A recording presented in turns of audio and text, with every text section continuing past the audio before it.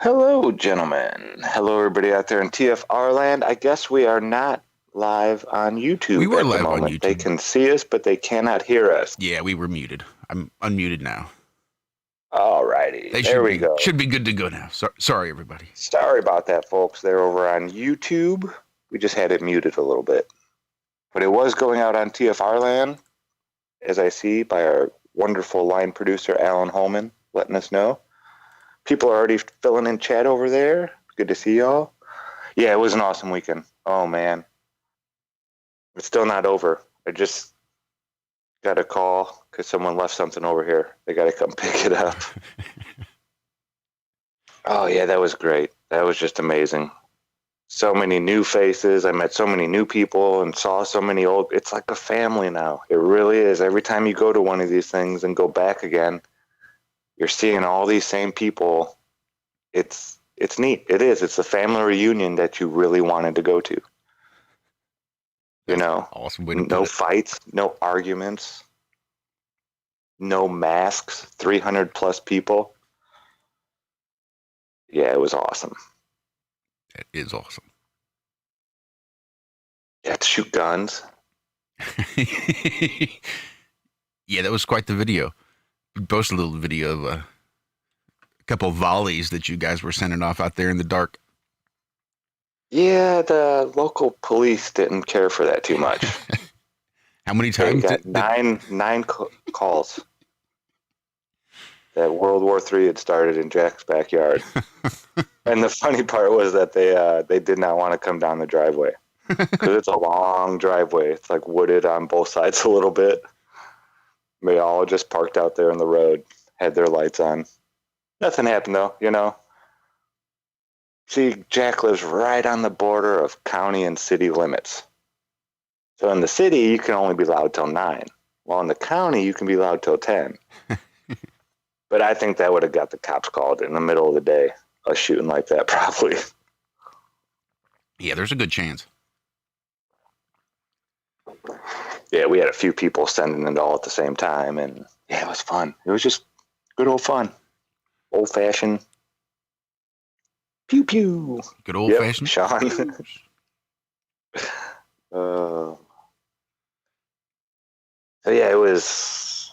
We'll talk about it a little bit more. I'm gonna just sit here and ramble. But you said that You know this is a radio show, right?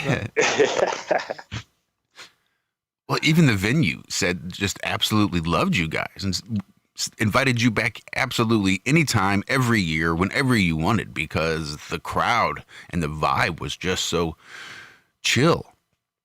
Yeah, she said, you know, with this many people here and the bar open, and as frequently as, you know, it was being used, there was not one argument. Nobody was raising their voice.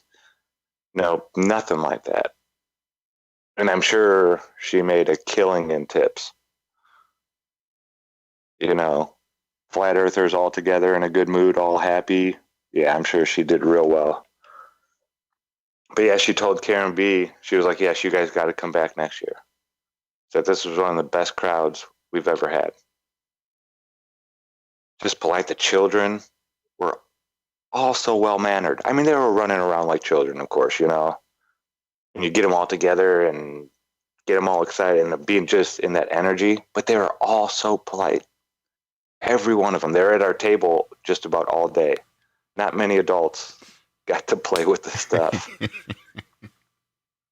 Yeah, they were over there hanging out with me and Cammy all day long. It was so much fun. And then the adults, you hand them some of this stuff, or they see the Tesla coil for the first time, or the gyroscope. People really love the gyroscope. And those little spinners that only go one way.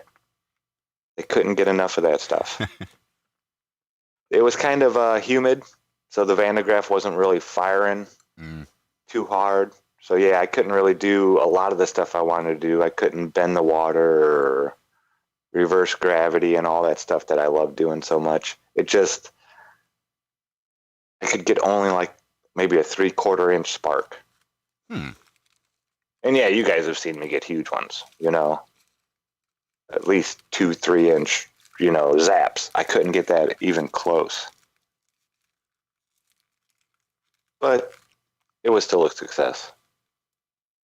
People have fun. I had the electroscope there to show how much more it was actually producing. I like having the visuals. And then the gyroscope, I would hand it to people, and they'd try to move it, and their eyes would just widen, and they'd get this look of wonder on their face. The teenagers, there wasn't too many of them there. You could tell they were like forced to go. You know, mom and dad are crazy flat earthers. I don't want to be here type of thing. Uh-huh. But then when they got over to Cammie and me, they started kind of getting into it a little bit. Started looking up from their phones a little bit. Yeah, the Tesla coil, for some reason, they were just amazed by that, the teenagers. The one guy told me, dude, you can get killed for this kind of stuff. It's like, I bought this one, man. It's all right. And then the gyroscope, you could tell he came over, he's like, so how does this prove the earth is flat? I was like, okay, one of you, let's give you something to play with. And he stood there for like a half hour asking questions. What about this, man? What about that? And the children, the ideas they have, they should be the ones in the science labs. They should be the ones telling these adults, brain dead adults, what to try and what to do. They gave me so many great ideas on testing stuff out and playing with stuff and applying different things to it. And I was amazed. I don't know if it's just because they're flat earther children or no, I'm joking. No, it's amazing the stuff they come up with when they get a chance to look at it and see it. That's why they don't want any of this stuff in school. So in chemistry class, they have you do math. And in science class, you get to look at the teacher play with the Bunsen burner 1 or 2 times, and that's it. They don't want you actually getting your hands in there and doing this stuff. Because they do. They have so many great ideas. I was just blown away. And the amount of people that just came up and said thank you to Cammie and I both, it was very humbling. I was just, because you see a lot of people over the years and you get that kind of stuff out of the way. At this convention, there were so many new people there. And I was just sitting at a table. So, that people knew where I was and they could come up and get a second with me. Like Bob. Bob couldn't walk across the room. I bet not. It took him like an hour to go from like one corner of the room, like to the bathroom at the other corner. He could not cross. I went. I was hanging out with Nemo and Bamba Gato fish, and we went outside for a little bit, and we were walking by the cars, and Bob's just sitting in the car on the phone. He was talking with Jaron, but he's like, "Man, I just needed a couple minutes." I was like, I know you did. I could tell.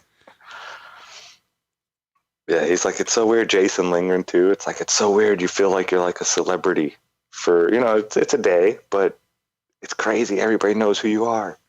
And they're all coming up and giving you ideas and thanking you and all this stuff. Yeah, it's a surreal experience. It really is. I bet so. Everybody. Oh, so many hugs that you guys gave out.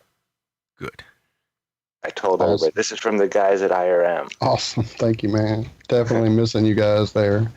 I have to agree there with Liz. I did not see you guys. I checked out so many live feeds trying to catch you and Cammie at play. Of course, I hear now that it was more than you and the kids at play, but still, lots of awesome live streams going. I was hanging out mostly with Flat Earth Fokker. Mac was just on fire. He had quite a night there Saturday night. Shout out to him and his channel. Awesome. If you guys hadn't checked out Flat Earth Fokker. That's Fokker. Thank you. And definitely a great channel. Great reaction watching him react to the fact that he got sent over there by his, Patreons and friends. It was really, really awesome to watch. And then Authentic Intent had some great stuff going. Karen was streaming it over there on her channel or on the channel she was streaming it on. So, and shout out to Karen B. My God, the fact that she put this together, kept the stream going, had a blast every time I would see her on camera. So I'm so glad that it worked out, man. I just was sending lots of love, lots of hugs, laughing, cutting up, enjoying it all that I could see. And then, as you say, it's still going on. Days later, I was seeing videos up where they were out at the Georgia Guidestones cutting up, and other videos with folks out in the woods shooting, and just, it looked like quite the event. And I'm so glad it happened and worked out. If there was anything this year needed, it was this. Alex, Critical Conception. I know on some of his live streams, he got his channel. He was at the table for a little bit. Oh, see, I must have missed that section. I did check. I was like playing, like, it was like having real channels for a change, and I could choose really awesome stuff between, like, wait, I'll watch this for an hour, and let me watch this one for 30 minutes. Okay, now we'll do 2 hours here. Yeah, it was awesome. Nice Friday and Saturday. Yeah, I went back and watched the part where he was talking to us, but you can't really hear me talking at all. You can kind of see some of the stuff. I think he plays with a little bit of stuff even. I'm sitting there explaining it to him, but we were all in one room. So there's the speaker up there doing his thing. There's people standing around us talking. My voice was gone, completely gone. Saturday night, I could barely talk. I've never talked that much, probably ever in my life. It was just like nonstop. It was fun. I even had my little speech down by the end of the night explaining what all the stuff was. Well, I went sweet. through like chronological order and I didn't put any names on anything, didn't say who discovered it. They're like, well, what is this? There's nothing here. I was like, well, I didn't want to write anything down because I don't believe the stuff that they tell us. So I didn't want to lie to you and tell you that so-and-so invented this when it was really, somebody else, most likely. This person probably found it. And he just started laughing. He got the joke.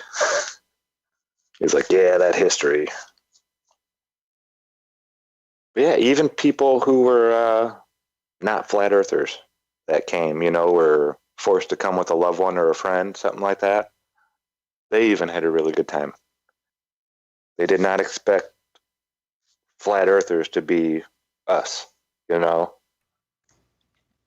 I saw that a few times watching the live streams when people would come up to meet, like Mac or Alex. Is that authentic intent? Am I crossing over? Alex. If I'm getting the name wrong, I'm so sorry. But yeah, watching them. Josh, that's right. As people would come up and introduce themselves and stuff, it was really, like you say, like they were like meeting a star or something, and they were so like, oh, you guys are whatever. And then of course the person behind the camera was just always over humble and just great. I was shocked to see there were 2 people that met up with Mac on his stream from Lafayette. So I was like, what? Even home is represented out there. So that was awesome. That was definitely awesome to see. From all over. We had people from Canada down to Florida, people from Washington, California, just everywhere. It was, it's crazy how many people showed up. It was easily, at the pre-show, the night before, there was over 75 people there at the park hanging out. Yeah, it's pretty amazing. No masks. We were thinking about, I guess, who is the trolls? Awake Souls? Is that their names? That sounds vaguely familiar. Yeah, they were saying that it was all a setup to spread a virus and make Flat Earth look bad. I know. That's pretty good. It's like, where do you guys come up with this stuff? I had some of Baldini's coffee. Oh my goodness. I love that guy. I really do. Yeah. He is just as awesome in real life as he is on air. He really is. That guy is. We're going to do some amazing stuff. He, Cammy, and I. We all had epiphanies over there playing. We didn't get to hang out too much. He was on the other side of the room doing his coffee thing, and there was just that was the one part that I really didn't have a whole lot of time. to have the long conversations I wanted to have with so many people. It's almost like we all just need to live in the same area. I like it. Zion, Illinois, anybody? A town founded by flat earthers for flat earthers. This would not be the first time it's ever happened. It's happened before in history, documented history. A town of flat earthers in Zion, Illinois. Wonder if there's any land for sale in Zion, Illinois. Nah, dude, it gets cold up there. That's right on Lake Michigan. Oh, is it far north? Yeah, we'll start a new one a little bit further south. New Yeah, Zion. definitely. Alan's trying to get us up there in Saskatoon. Like, I don't know, mate. It's a little cool up there for me. Yeah, well, don't do snow. We need New Zion, Missouri. Not often. I like it once every 4 or 5 years on my Christmases, and then I'm good. I don't need it every day, every other day.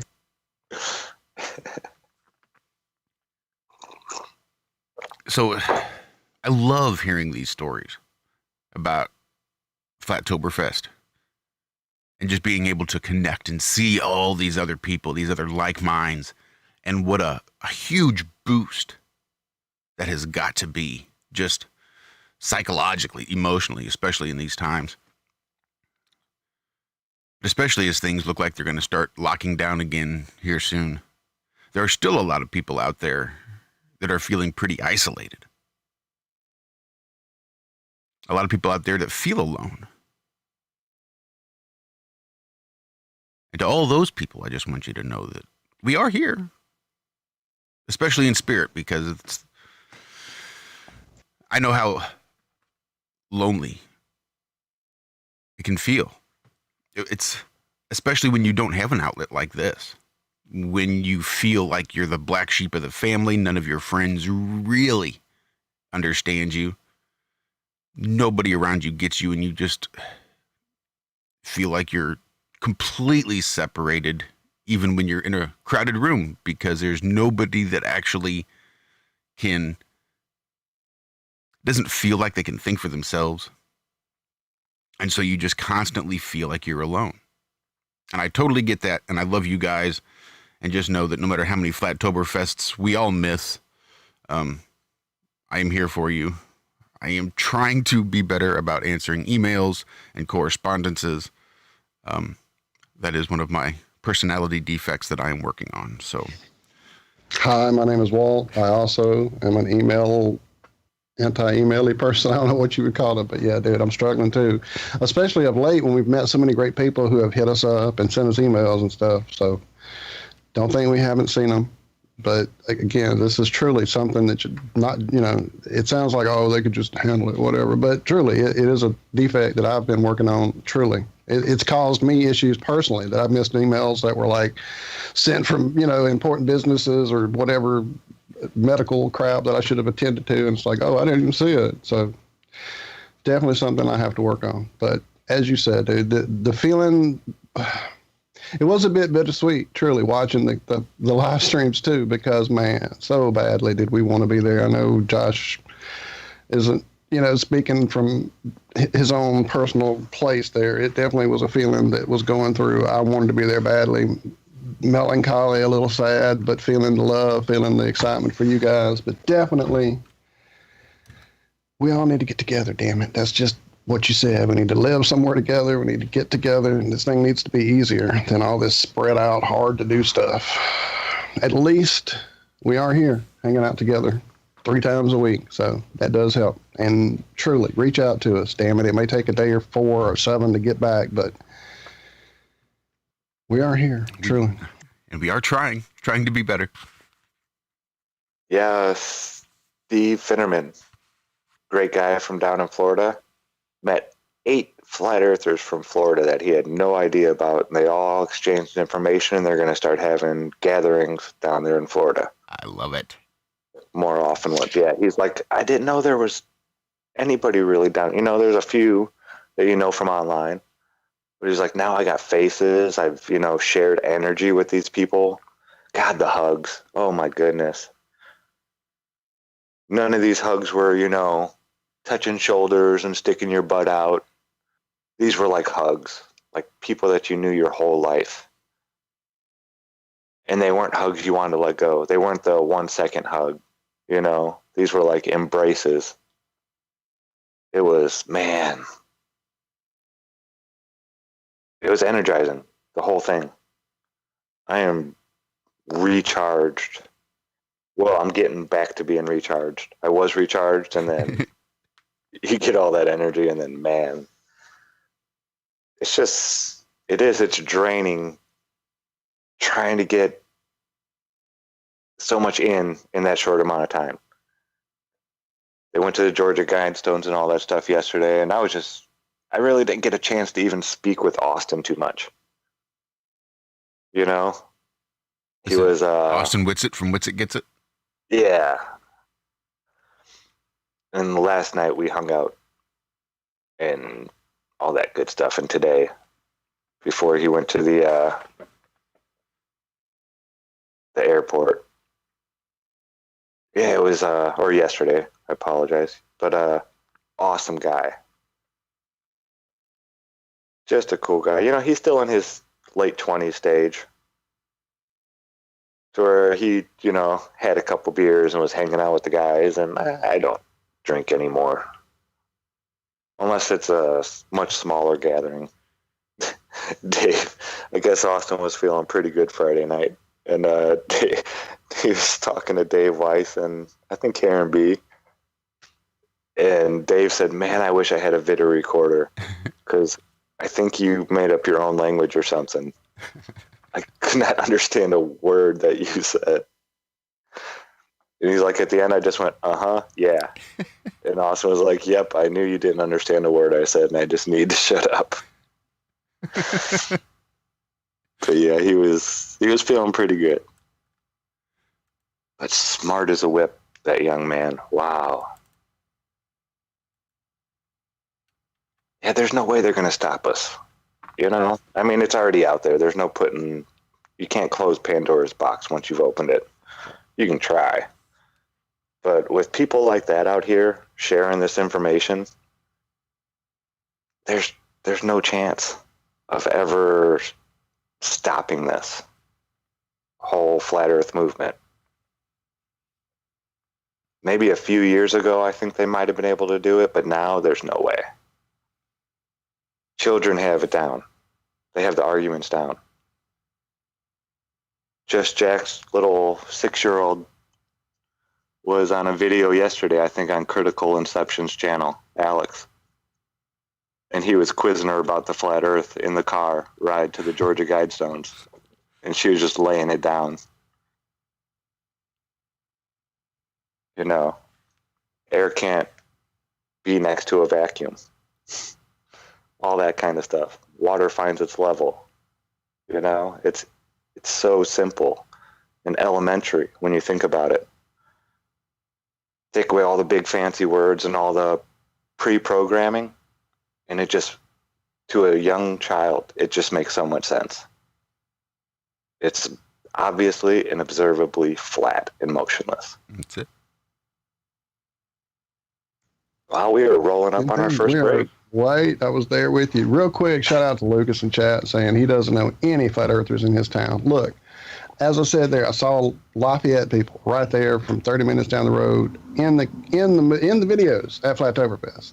I have literally walked around this little dinky ass town of mine and run into a guy who is a flat earther twice now. Twice it's happened. And this town is super small, dude. So have faith, Lucas. They're there. You just don't know it. They are there, man. They're everywhere. I mean, like I said, it re-emphasized it, seeing folks over there from Lafayette over on the Friday night. Get a bumper sticker, man. So get a bumper sticker. Get a sticker, get a shirt, get something to raise your hand out there so people know who you are, so they can find you, because they might not be ready to raise their hand just yet. So yeah, I had a bumper sticker, and I found a note on my truck one morning. It said, "It's flat." Big smiley face. Like a week later, the guy came down and introduced himself. He was walking his dogs. That's awesome. Yeah. Well, I hear break music. I hear it. And I got the soundboard up and running. So. And you got some noise also. All right, cool. Well, I guess we'll shut up and then come back and play with noises. Let's do it. Ironworx right here on Truth Frequency Radio. We'll be right back.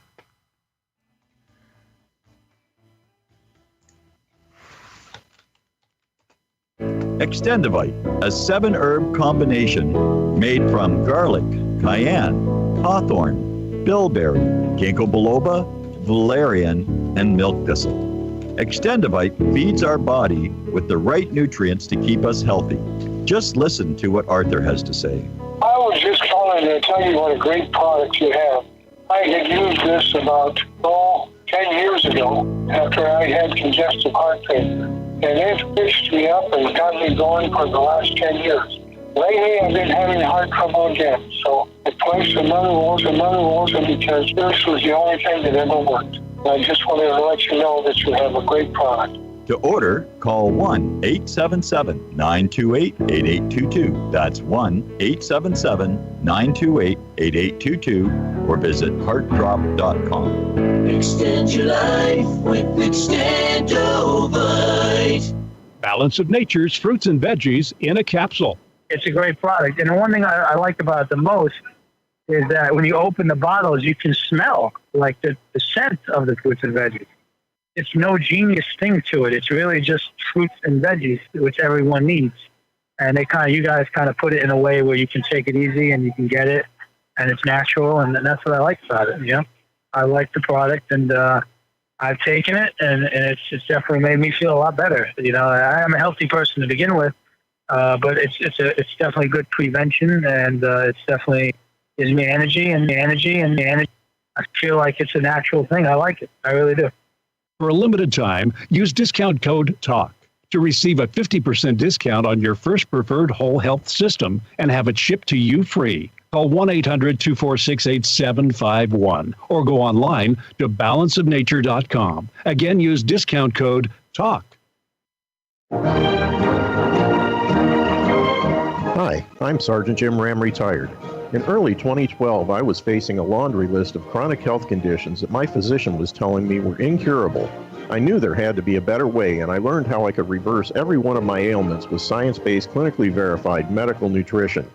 In just a few months, I was able to reverse high blood pressure, gastric reflux, sleep apnea, arthritis, degenerative disc disease, heart arrhythmia, AFib, and many more. And I've lost over 70 pounds and kept it off. Now I'm hosting a radio program that's dedicated to helping my listeners do the same.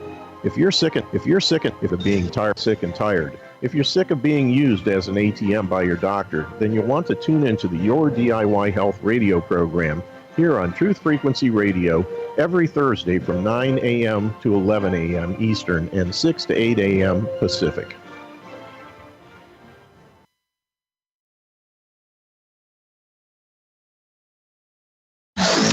No hate, no hype, no fear. We are TFR, your protection from deception.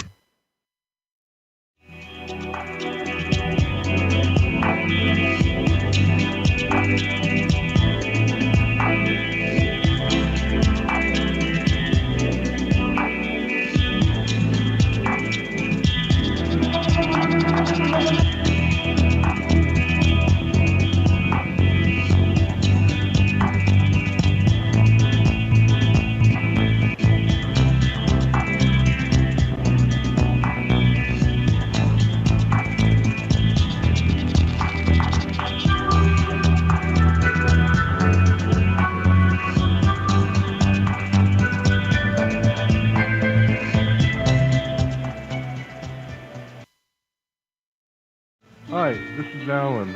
I like Ironworx because it's where everybody knows your name, and they're always glad you came. I love Ironworx with Josh, Walt and Zach. It's like sitting in your front room having a cosy chat with your best friends. Hi, it's Diva here, and I just want you to know that Ironworx with Josh, Walt and Zach, it's definitely my favourite dose of reality. Come join the family and keep it flat. Why sleep in when you could get your dose of iron in the morning? Listen to the Ironworx on TFR. This is Enlightened Dawn. Roses are red, violets are blue. Iron Realm Media is the best on the plane. To this show, I will forever be true. You guys are truly the best, and I love you guys. I'm so thankful to have you in my life. Do you like listening to space letters from Never a Straight Answer? Then tune in to The Ironworx with Zach, Walter, and Josh.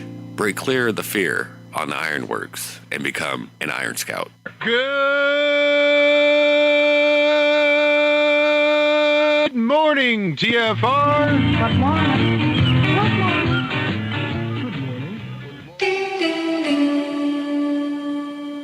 Good morning. Good morning.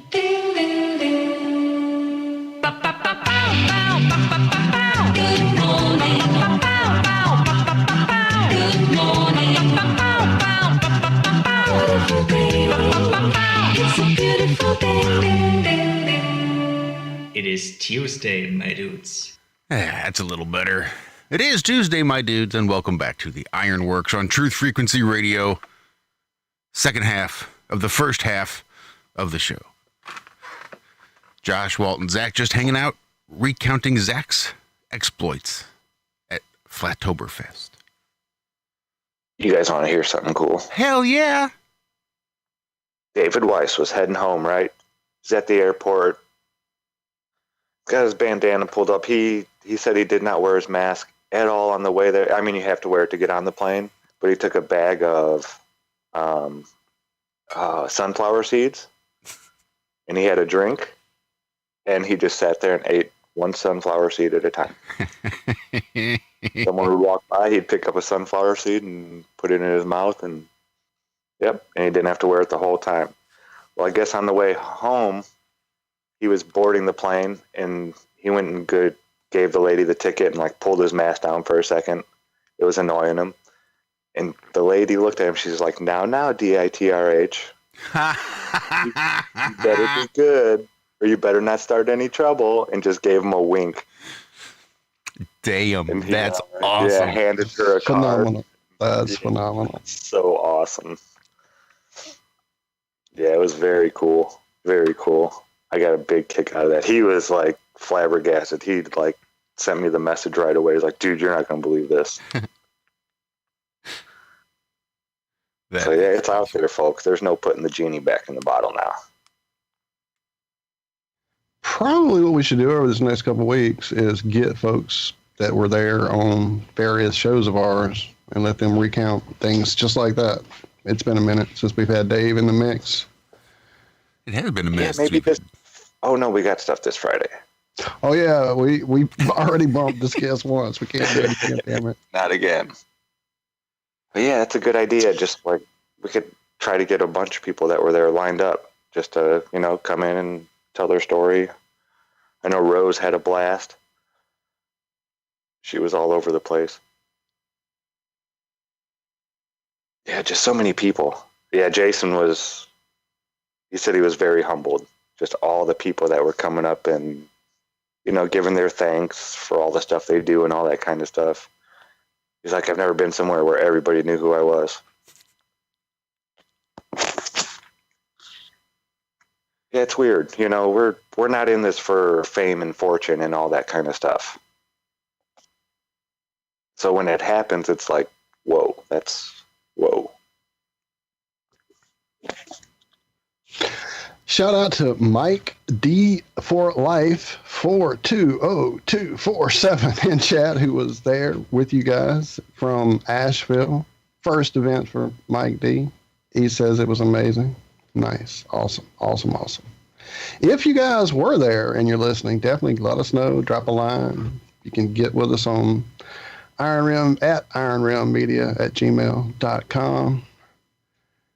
There's another thing. What's that phone number? I used to know it pretty good. Anyone? 833-TFR Live. Look at that dude. You can also call 213-232. Never mind. How about 213-233-3998? That's another one I remembered. That's the one. Guess I Good better morning. get off the chat. Hi. What's going on? What's happening? What's happening? What? I know that guy. I do love it when people just pop into my calls. Oh, here's somebody. I so wanted to go this weekend, and I couldn't go because I just moved. Yeah. So. But I'm sure that would have made quite the splash. Had that would have been the hit, right? Drafrofluff show up. It would have been all the rage. I would have stolen all the rage. Hey, if you're listening, don't know who just popped into the show, that's Jafrofla. No, that's Jonathan from Jersey. Welcome, Jonathan. How you doing, friend? What's going on, guys? What's happening? Yeah, the coolest part of it, Jonathan, was no media whatsoever. Really? Never. If you don't call them and invite them, they don't come and bring all the bullshit. So was it a Flat Earth conference, or was it the Deep Underground party? See what I did there? Nice. No, this was the coming out party. Who came out? Who was wearing a dress? No, the Flat Earth as a Flat Earther, Jonathan. Oh, I'm sorry. Yeah, there were so many new people there that have never been to a conference. Well over 60%. They asked right at the beginning. That's the thing, though. If I've gone to something like that, I'm sorry. I was going to say I would pick on too many people. It would be too easy. Like, there'd be too many newbies. All the things you could tell them, to fill their head with. They're like, "Are you serious?" "Oh yeah, absolutely. Mark knows it. Go ask Mark." Yeah, there were people there that just found out about Flat Earth 2 weeks ago. Wow. Really? Yeah. This one lady came up. She was like, "This is just amazing." She's like, "I never knew there was this many people." I was like, "Oh, there's a lot more than just." She's like, "Yeah, but there's people from all over here." She was like, I was like, "Well, how long have you, is this your first conference?" She's like, "Oh yeah, I just heard about Flat Earth 2 weeks ago." I was like, "Well, wow, welcome." Yeah, she was blown away. But she said it was amazing. All the people were so nice. Yeah. That's really cool. No, that's good. It's gonna. Yeah, I mean, after all this, we've been through a lot, right? 2020, the elections, all the Biden tapes, everything else. Why not, Flat Earth? Another year or two. We're not ready yet. We're almost seasoned. We're what do you call it? When you what do you call it? When you marinate the meat, you got to soften it up. Yeah, tenderize it a little bit. Tenderize it. There's the word I'm looking for. Yeah, there's no putting it back in the bottle now. Yeah. It's funny. Somebody took me out. We went to get something to eat, and there was this 3-level restaurant / bar. I don't know what you call it. It was right on the beach, and it was funny because we're looking at the horizon from the beach level. We went down to the edge. I said, "That's cool." I said, "Look at the horizon." I said, "How far do you think it is out there?" And they're like, "I don't know." I was like, "Okay." I said, "Well, I'm pretty sure it goes all the way." But as we were walking up the beach, it's like, "Look, it's still at the same level." And then we went up to the first tier, the second tier, all the way to the third tier. And I was like, "Isn't that amazing?" I said, "The horizon just keeps, rising with us." I was like, how is that possible? And they're just looking at me and they're like, "I don't know. I've never thought about that." And so little by little, I was just planting ideas in their head. And I'm laughing at myself because I'm thinking to myself, yeah, if you understand, well, the geometry of it and then the optical illusion of it from our eyesight, and then the way it works with light, and doing photography, I'm thinking, well, how could landscape photography work at a distance at f/32?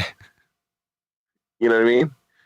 It's just one thing to have barrel distortion when you have a fisheye lens at 8 to 12 millimeters or 8 to 15 millimeters, or you're using a GoPro. Uh-huh. It's another when you're using a wider angle lens, and you're setting up on a tripod, and you're trying to do this perfect geometry, architecture, something like that, or landscape of mountains or whatever it is at a distance. Yeah, you can't take a picture without barrel distortion of some sort, can you? Well, yeah, every camera has its sweet spot. It's always, somewhere in the middle, and then a couple stops over the lowest f-stop. So see, you have a portrait lens, a 50 millimeter 1.8. Your tack sharp, beautiful shots are going to start coming in around 2.4 to 2.8. Anywhere from 4 to 8 is going to be perfectly, perfect. But yeah, there's some barrel distortion on either end, because you're still working with a curved piece of glass at some point. Yeah, I heard people, they were talking about that at the thing. What's I don't know that? if it was somebody up on stage about how every camera, no matter how, great they are, this or that, there are always going to be, even with your human eye, there's going to be distortions on some point. Maybe not right in the center, that's where, but off to the edges and this and that. You can never take a perfect picture that gets reality 100% as it is. Right. Well, that's why certain pictures, like certain photographers, their work will jump out at you because they'll use tricks like what's called stacking, like focus stacking. And what you do is you take a multiple series of photos and you barely adjust the focus so it goes a little further out, right? So you start up close, and then he takes all the photos. And nowadays it's so easy because Photoshop and stuff will do it for you. You put all your photos in a stack, right? So let's say I take 30 pictures, and each little bit has an increment of where the focal point is, and then it stacks it all together so that the whole entire picture from start to back is perfectly in focus. So it looks ultra sharp, ultra tack sharp, and ultra perfect. And the software lines up all the pictures and figures out the pixels, to where the alignment is. But you're on a tripod too; you can't do it handheld. Yeah, you just hit the button and let it take all the pictures. You don't go and hit the button each time. Well, I don't know if it's automated. I've never seen it automated. You actually turn just the ring, just the focal ring, then hit your button. I usually do I lock up the mirror just like I'm doing. Well, you probably have the high end stuff. Whenever I touch my camera, oh, okay, it moves it a little bit. Yeah. I always get a little tiny. So usually, if I want to take pictures, I'll do there's one where I just hold the button down. Yeah. Where I can hit it and set it on a timer, and it'll just start going and take 30 pictures in 3 seconds or something like that. Well, what's more amazing than the landscape? Look at people that do focus stacked photos on macro, and they'll do insects or they'll do other things. And I swear to God, it's nuts. Your mind will be like, what the hell am I looking at? And you look at how they shot it. They're really amazing techniques. But that's the whole thing, though, with photography that I hate. I really hate it because I'm all for the truth. I love the truth. Okay, and so it's not so much that I'm open-minded to other people's ideas. I give people the space to think the way they want to think, because I'm going to learn something, right? If there's some element of truth there that they believe and I've never been introduced to it, I need to know what that is, because it could be the missing puzzle piece that might unlock a whole bunch of other things that I've never understood. Does that make sense? It could be that one, because they're looking at it from a certain perspective, right? That was the whole basis of my shot, perceptions. But the problem is that, how do I put this? With photography, every time I snap a picture in photography, I'm like, man, it's how am I in this industry? How am I doing this? I don't know if Josh, if you saw the recent photos I did of that woman in Hollywood, the one on the beach, the bathing suit shots. I think so, yeah. Yeah, and I remember saying to my friend, he's a big photographer out in LA, really big photographer. He does high-end fashion. He gets all the models, and celebrity models, and you name it. And I said to him, if I had to give this person a review, I should just put 3 words. I was like, effing retouching nightmare. Because I retouched her so many ways. She had blemishes, marks, bruises, you name it. And it's in the final product, you put up the photo, you do your best, you adjust the color, you do all these things. And again, remember what you saw on the beach, right? When you go and you shoot a picture in perfect daylight at 2 a.m. and there's 2 p.m. and there's a lot of haze and everything like that. But then when you put it in Photoshop or Lightroom, you do all these adjustments, right, to make the contrast really pop, or this, and all of a sudden it's this isn't even close to what I actually shot. So people are amazed by the final thing, but then you put the actual photo next to it, before and after, and it's oh my God, really? It's yeah. It's this person gets paid for standing in front of a camera, but the photographer is the one who's taking the shot, adjusting, the lighting, and then doing the retouching after. So could you imagine doing all that stuff on film? Well, yeah. Oh, yeah. That was a whole art in itself. Forget it. Burning it in, in the Lightroom and then layering and all these different techniques. But here's the point I'm getting at. Whatever's going on with our eyes, we think we see, like you said, our memory also takes over. Our memory is kind of like the Photoshop, right?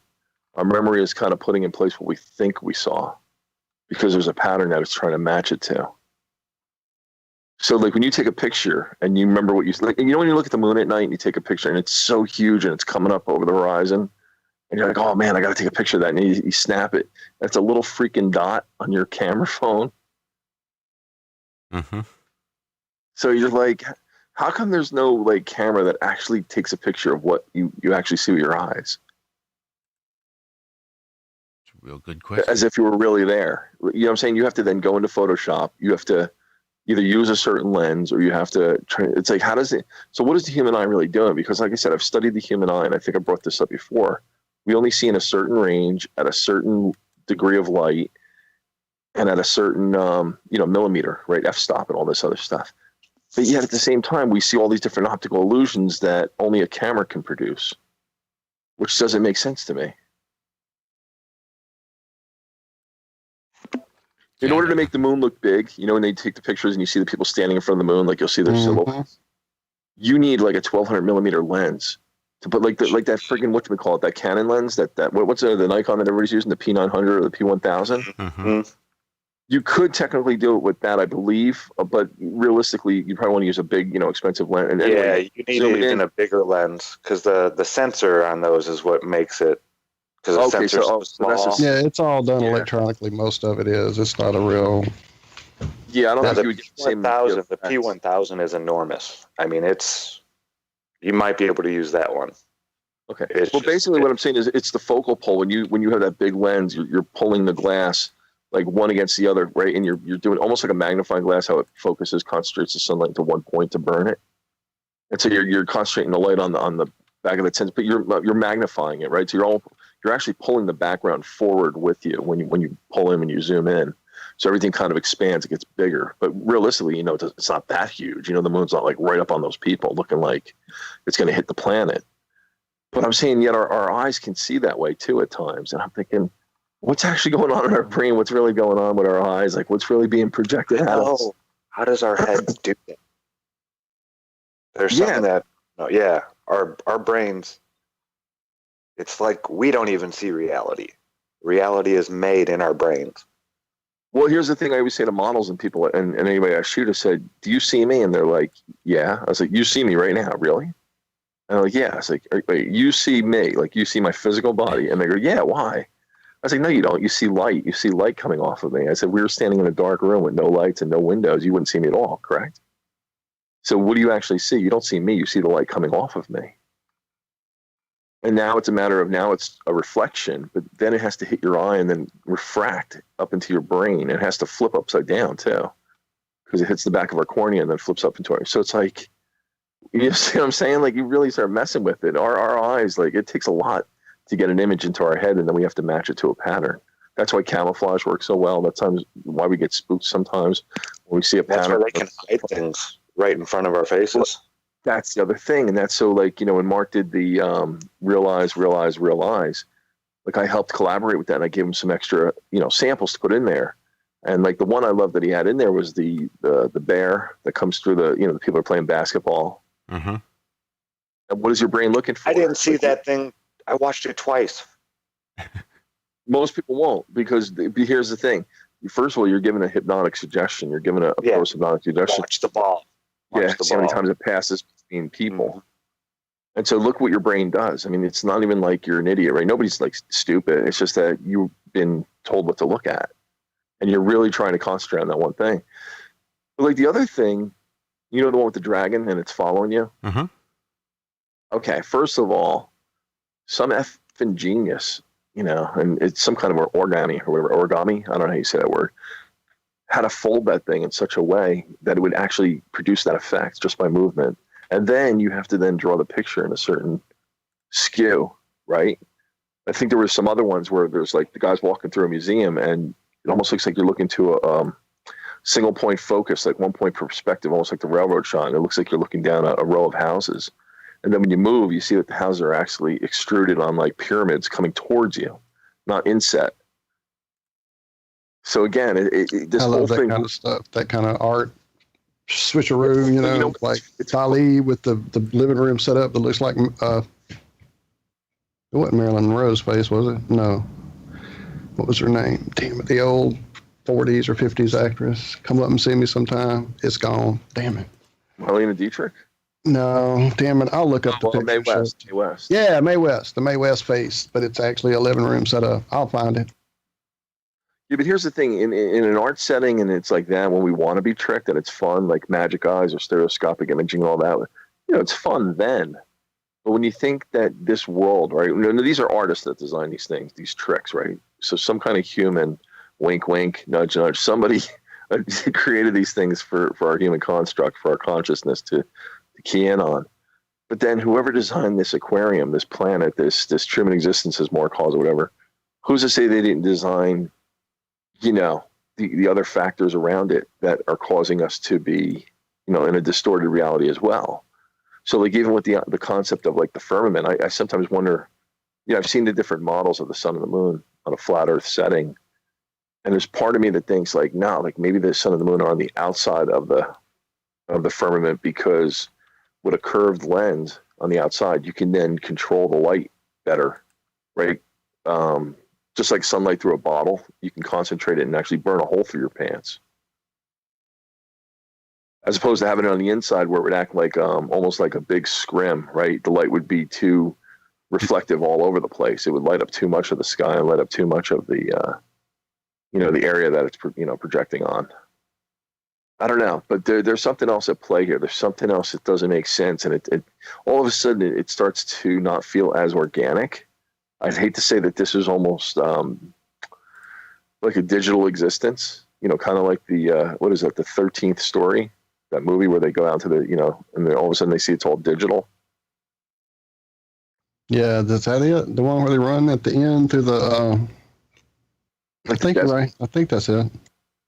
Yeah, and then you see like almost like a grid work, a framework. Like it's all like, almost digitized or pixelated looking behind it with all the, like you said, beams and stuff. Yeah, I think that's the movie, but that may not be it. Damn it, is that it? I think it's the 13th and also, floor. It is the 13th floor or 13th story or something like that. But floor. The only reason I allude to that, the only reason I'll go there, I'm willing to go there, is because I've heard and seen people do DMT and other things, and they talk about experiencing what they call the grid. And if you've ever been, I've seen it. Okay, yeah. I couldn't get to the mute quick enough to say, Zach, tell him about the grid. I've seen it too, but I didn't want to admit to it. Go ahead. The sky is a grid. The sky is, all the stars are connected. You can see all the lines. And they go like deep. They're not all on one layer. There is a little bit of, I don't know, it's hard to explain. It's so weird when you stand outside and look at that stuff, when you're in that frame of reference, and you can even see it like around you.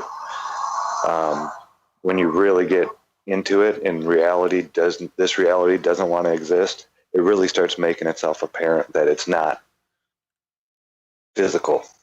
Like all this stuff around us is, I don't know, but it starts just kind of melding together and becoming blocks. Everything.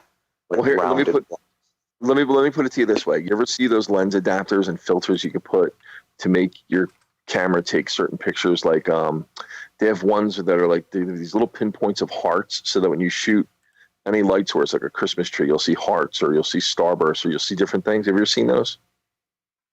They even have glasses made like that. You can get them at 7-Eleven. So every light you look at, like Santa Claus. I love it. That's one of my favorite things to do at Christmas is grab a few different pair of those and go to all the lights.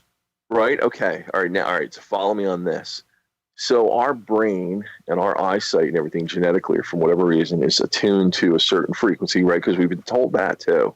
We can only see in a certain light spectrum. Cats can see a little bit into the far infrared, but for the most part, we can only see in the visible light spectrum. So we're attuned to this reality. But like you just said, what if these certain drugs, maybe they make them illegal on purpose, right? People say, oh, well, if it's from nature, why is it illegal? Well, maybe it's illegal because it allows you to see outside the framework of this construct, right? It starts to mess with they can't control us anymore. All of a sudden we realize we're in this, I hate that Matrix, thing that everybody always says. It's beyond Matrix. But all of a sudden, you start to see the aquarium tank, or you start to see, like you said, the lines and the connectedness of the sky. And it's like, holy crap. Like I really am. Like the They Live glasses, right? He put them on, and all they were a filter that filtered out all the other stuff, the extraneous crap that, the illusion, and he was able to see right through it. We got about 47 seconds before we hit the break. Yeah, I'm done. I'm just rambling about photography. Yeah, my eyes are getting sharper. I was watching a movie last night called Good Boys. It's about fifth graders going into sixth grade, and it's R. I mean, they're, Good Boys. yeah. But there's a point in there where one of the kids is wearing a shirt, and it only pops up for like maybe 2 seconds. He says the quick line. And he's wearing a shirt that says obey in big letters, and right underneath it says propaganda. Wow. Yeah, and I caught it. I actually caught it. I almost missed it, and then I was like, what was that? I saw something weird on the shirt. In our show pick, I'll use it so you guys can all see it. It's pretty cool. Awesome. We'll be right back after this. Censorship and regulation is becoming an ever-growing problem in today's modern media. From the mainstream to YouTube and Google, the information you're looking for is buried by official narratives and propaganda. This is why TFR is 100% uncensored, unregulated, and listener-supported. The shows on TFR are not micromanaged by the station, and our hosts are free to speak their minds however they please. As such, the views and opinions expressed on our station are of those who make them. If you happen to hear anything offensive on TFR, please send us an email to toughtitty@tfrlive.com, and we'll be happy to tell you that we really don't give a damn. We stand for freedom of speech and non-censorship. If you also stand for free speech, you can go to tfrlive.com/sign-up and sign up for a TFR supporter pass and help us in our mission to keep the airwaves uncensored and unregulated. TFR Live, your uncensored and unregulated protection from deception.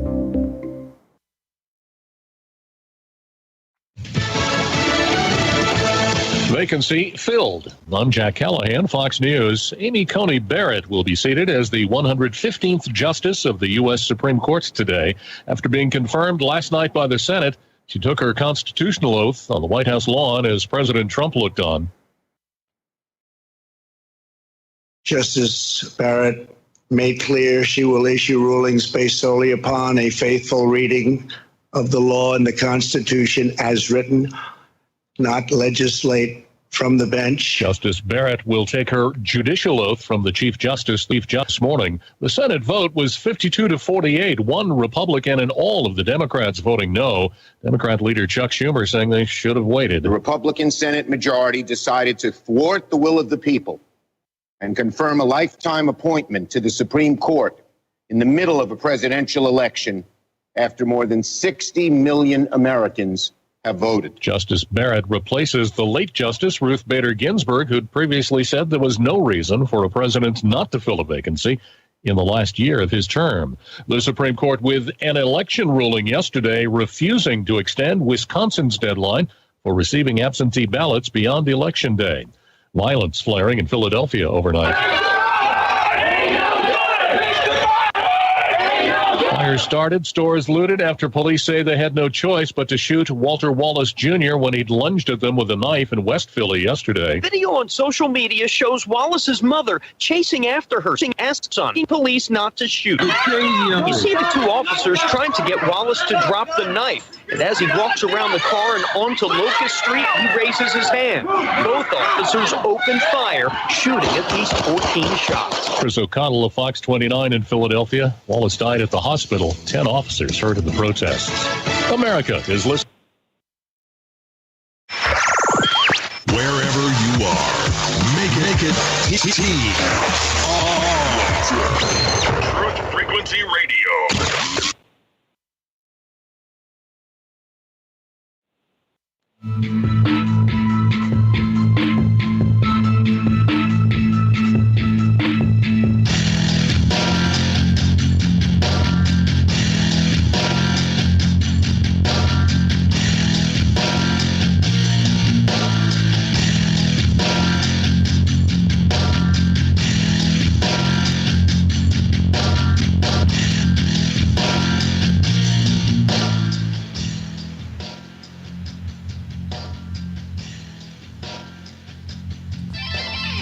Good morning. I'm here. Wake up! Wake up! Wake up! Wake up! What is dark matter? Okay, we don't know. That's great. That's why it's called dark. It's exactly. Everyone knows all reputable information comes from random people on the internet. Tell me things, internet. The earth is flat. It's like school in your head.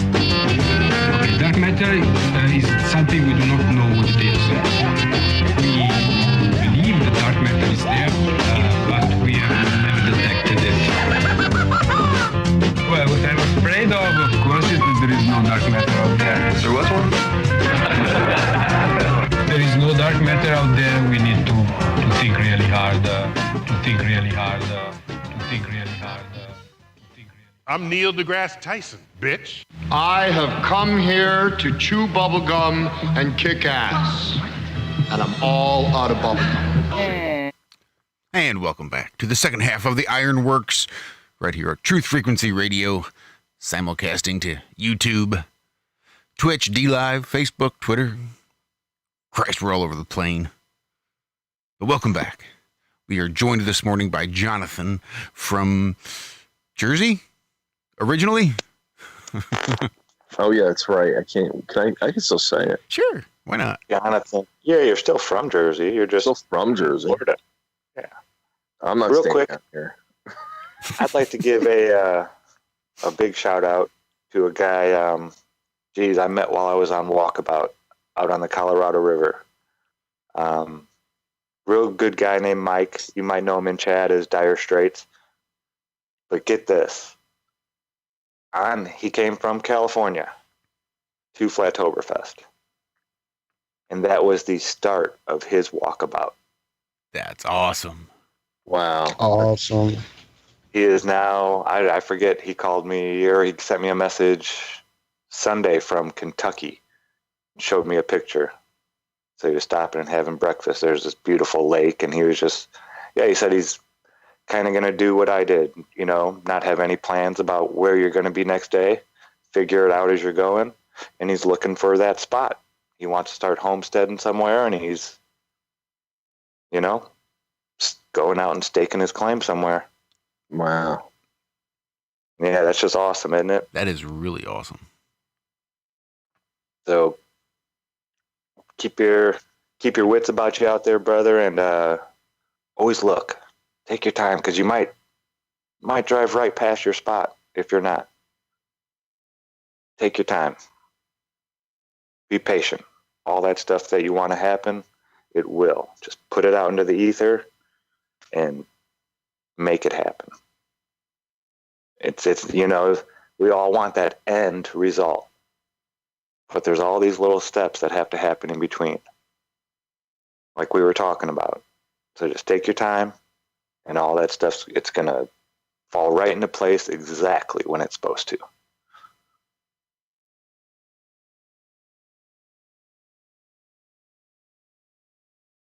Damn right. That's it, I'm done. Done ranting. No, that was good ranting. I had trucks going by. There they go again.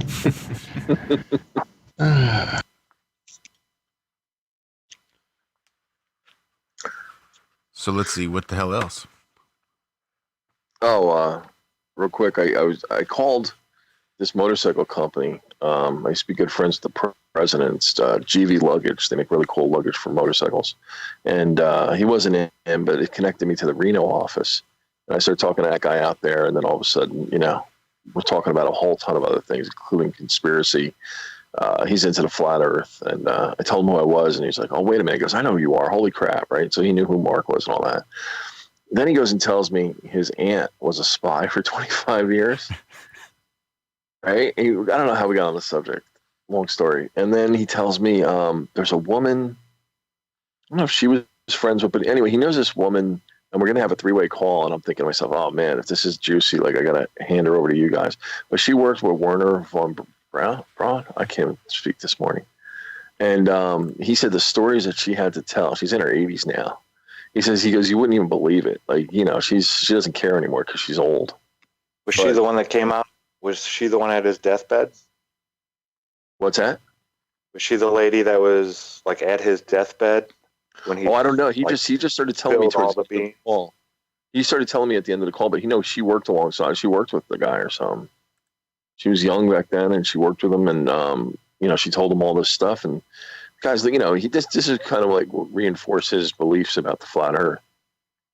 But he was telling me, I said, are you still friends with her? He goes, yeah. And I said, she's still alive? And he goes, yeah. I said, could you get her on a call? He goes, absolutely. He said, call me mid next week. He goes, we'll make it happen. I was like, I'm there. Let us know how that goes, dude. Amazing. Okay. I'm going to make sure to record it and hand it over to you guys, or put you in touch with her if it goes that well in a conversation. Hell yeah. Yeah, I'd love to speak with her. That'd be great. I mean, has she come out and talked about this before? Because I've seen someone who worked with Werner von Braun come out and say, I mean, she spilled everything, saying that he told her about the alien. It all will end. The final step is the alien invasion. Where do you know where she was from? Because he's out in Reno right now. This guy. Oh, I'm not sure. I don't know where he's And from. But this was like the 90s when she came out with this. And she had gray hair back then. She looked like she was like in her 60s, maybe. Okay. Late 50s. She could be in her 90s. He said she was still alive. She's really effing old. Yeah, the timeline seems legit because she was older. I thought she was a Corey, wasn't she?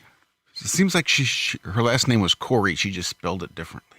I'm looking now. It sounds real familiar. Zach, I know exactly what you're talking about. And by the way, this guy was like such a straight shooter. Like he was just all about like, business, and he wasn't embellishing anything. He wasn't trying to dominate. Dr. Carol Rosen or Rosen? Dude, I don't know. I just talked to the guy. That might be it. Shout out to Bobo and Chad. Thank you, Bob. Well, good morning, Bob or Cammy, whoever happens to be there this morning. Cammy, possibly. But thank whoever that is. Thank y'all. Yeah, I remember seeing the video, and she was very serious about it, trying to get that out there. You know what I'll do? I'll call him like today. I'll call him today because he said call me anytime. Like he said call me next midweek because it's been busy, and I'll call him today and I'll ask him specifically her name, and then I'll look it up and see if like you said. But if not, either way, I'm going to record the conversation as if we're doing a radio interview. I'll record it in Skype. Do you guys recommend anything new for Skype? I haven't recorded on there in a while. Is there any programs you guys recommend that are clean, that are easy? For Skype recording? Yeah, for two-way calls.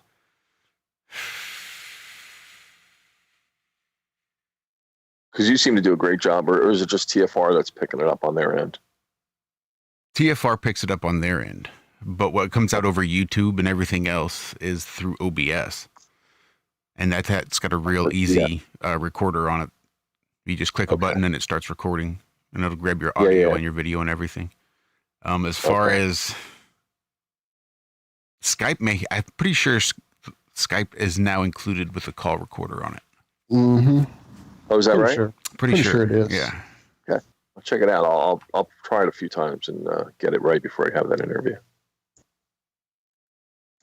The playing that aliens card thing seems like it's definitely getting very, very close with all the push for the government to release the truth that I keep seeing in all my old circles. And then there's a lot of people that I follow that don't dabble in that stuff. Well, I can't really say that. This one particular channel that I watch a lot for their weather coverage dabbles in that a lot back in the day. And now suddenly every other video he puts out is related to some kind of craft or some kind of something that's been videoed or seen or whatever. So it really seems like they're flying a lot of crap around up there to either get things fired up or to get, just get things ready for that card. Because I don't think we're too far from them pulling that one. I really don't. And I don't think that's going to be like the end of the world. It's just, that'll be their way to unite everyone. Maybe it'll be bad aliens come and the good aliens save us. That's what the whole thing will give be. us all, Save give us us from all the bad cures ones. for everything and give us all this stuff. And you just, we'll give it to you in a shot. But are there going to be like lasers in the sky going pew, pew, pew? That's where I think the blue beam comes in. Or the crafts that they have right now that everybody thinks are aliens. They don't really even need that. I saw a video yesterday, day before, of drones being used somewhere in Asia. Look like all Dude, kinds it of looks crazy stuff in the the sky, most crazy shit you have ever seen. So, yeah. If they can do blue beam and project things up there, I want to see them project like the big like Imperial Star Destroyers and shit. That's what... I don't think I think they're beyond blue beam. I don't think they even need blue beam now. I think they're going to make drones so small that they can just program the just like drones. a pixel screen in the sky. Exactly. They'll fly in the formation. 20 pixel screen. Mm-hmm. Come on. Dude, have you seen? You haven't seen some of the drone shit they can do? Like they had a stage presentation years ago at a TED Talk that was nuts. But now in China or Japan or wherever this video was done, it's nuts. It's really nuts. I got one even better for you. They got 32K access to the what do you call it, to the firmament. They could just flip a switch, and just like we watch our flat screen TVs, no, seriously, they've been getting our eyesight adjusted to that, just like the Magic Eye was like getting us conditioned to see through certain illusions, stereoscopic, and then they had to keep bumping up our eyes to adjust to higher and higher resolutions and flicker rates. And now we're finally getting adjusted. Freaking government involved in what resolution television I have to have in my living room. You know, that's been one. No, I'm saying, this is all the brain conditioning. That's why our kids, right? We think they're autistic and all this other shit. They're not. They're attuned to a different frequency, a different reality. So like when they flip that switch on the firmament, man, that thing's just like one big TV screen. They could change the whole look of space and time and everything. Can you imagine? I can. I've seen the menu in the sky. Our buddy Casey Josh videoed it some years ago. What is it? The menu in the sky. Dude, I'll show you the video. Yeah, Casey Josh, one of my early finds when I was trying to video and find out what's going on above us, because, you know, I kept seeing lots of crazy stuff. Well, that's you. That's just you, man. No, I thought it was just me. I thought it was just the flashback coming through. But it was not, because somebody else caught video of this stuff. Yeah, it's pretty nuts. I'll find the link. If it's still there, his channel got taken down so many times. He's also the guy that videoed like a plane going through the moon. And yeah, he caught some incredible stuff. Yeah, Bob dropped the wiki page and her Facebook page to Carol Sue Rosen.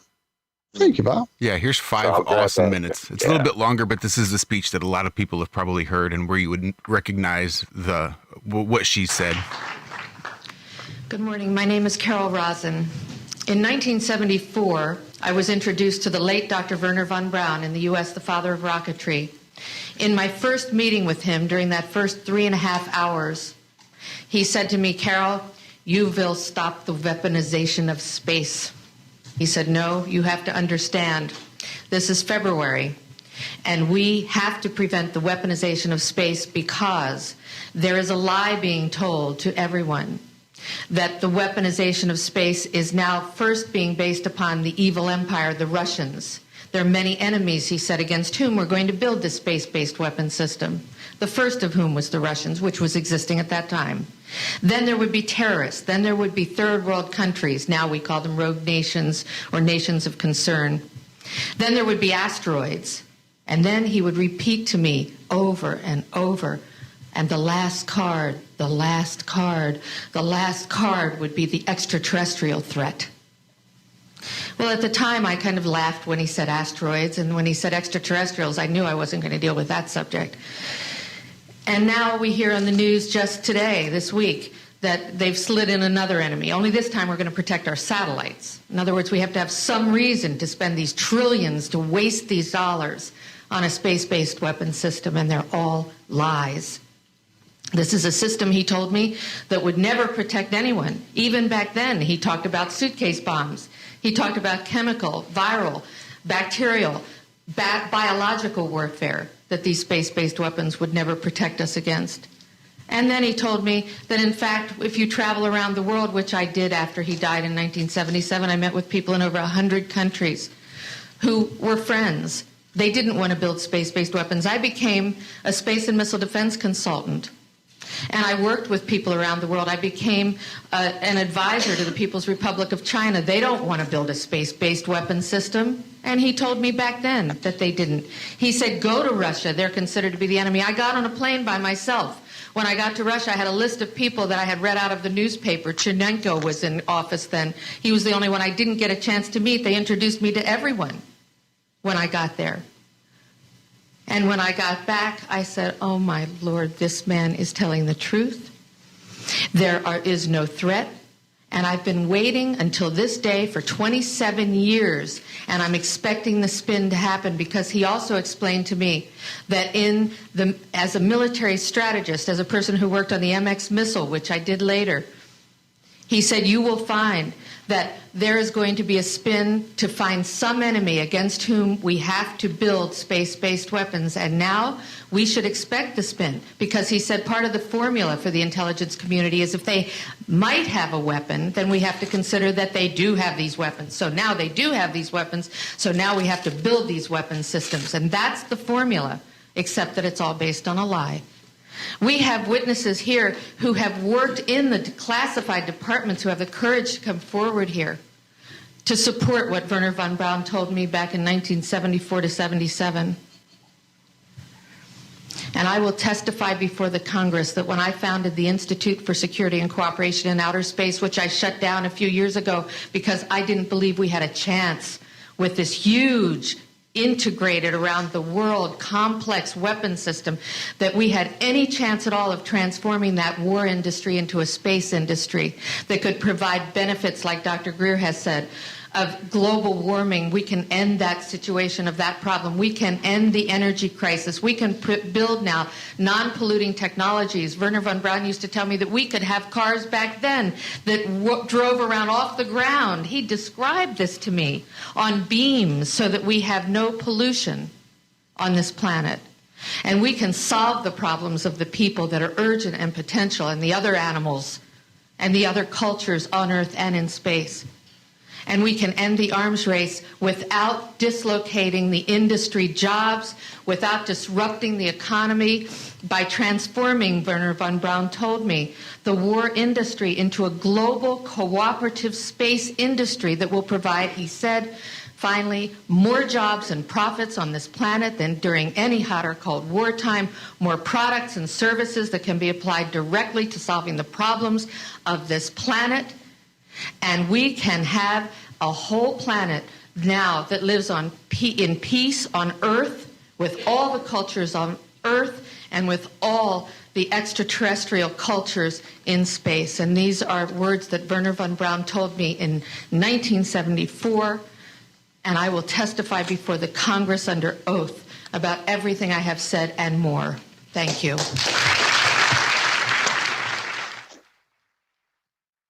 Wow, is that from that disclosure thing in '91? I think they used it. That's not where this was from, but I think that's pretty sure. Yeah, I think Dr. Greer and all that good. I think she's stuff. Right what she said. In terms of like world peace and all that. If Hitler had won, let's be honest here. Oh, really? Let's be honest. Is this Truth Freedom Radio or something like that? It doesn't have to be. No. What Frequency, I'm saying is, by the way, Truth Frequency Radio. Yeah, whatever it is, I don't care. Just kidding. Hey, Chris. Where's my Cocoa Puffs? So, no, what I'm saying is that there was a guy. I was just bringing this up. I have to bring up this point because, like she said, it would affect, like, it affects economies and everything like that if we were disclosed the truth about everything, right? Planned obsolescence, all this other crap that they do.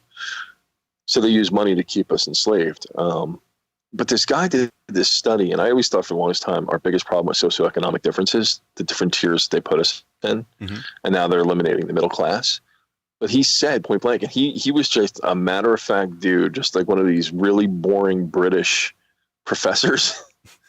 And he was like on NPR or some crap like that. And he's like, the more I studied it, he goes, I found that no matter what the demographic was, no matter what the education level was, no matter what amount of money somebody had, they found that people just had a natural proclivity to gravitate back to their own kind, culturally, spiritually, racially, everything. It's just like, whether it's an affinity, whether it's something in our genetics, you know what I mean? Mm-hmm. Like, you can never get red ants and black ants to play nice, even if you turned them on to. I know, I'm just being really simplistic, and I'm not saying I'm not trying to be a racist here either. I'm just trying to point out a fact. Like, there's something in our genetic programming. Like, same thing with like putting beta fish in a friggin' tank, right? And they'll kill everything else in there. And it's like, at the end of the day, it's like, dude, you're a fish. I still feed you. Like, why do you got to act like an idiot?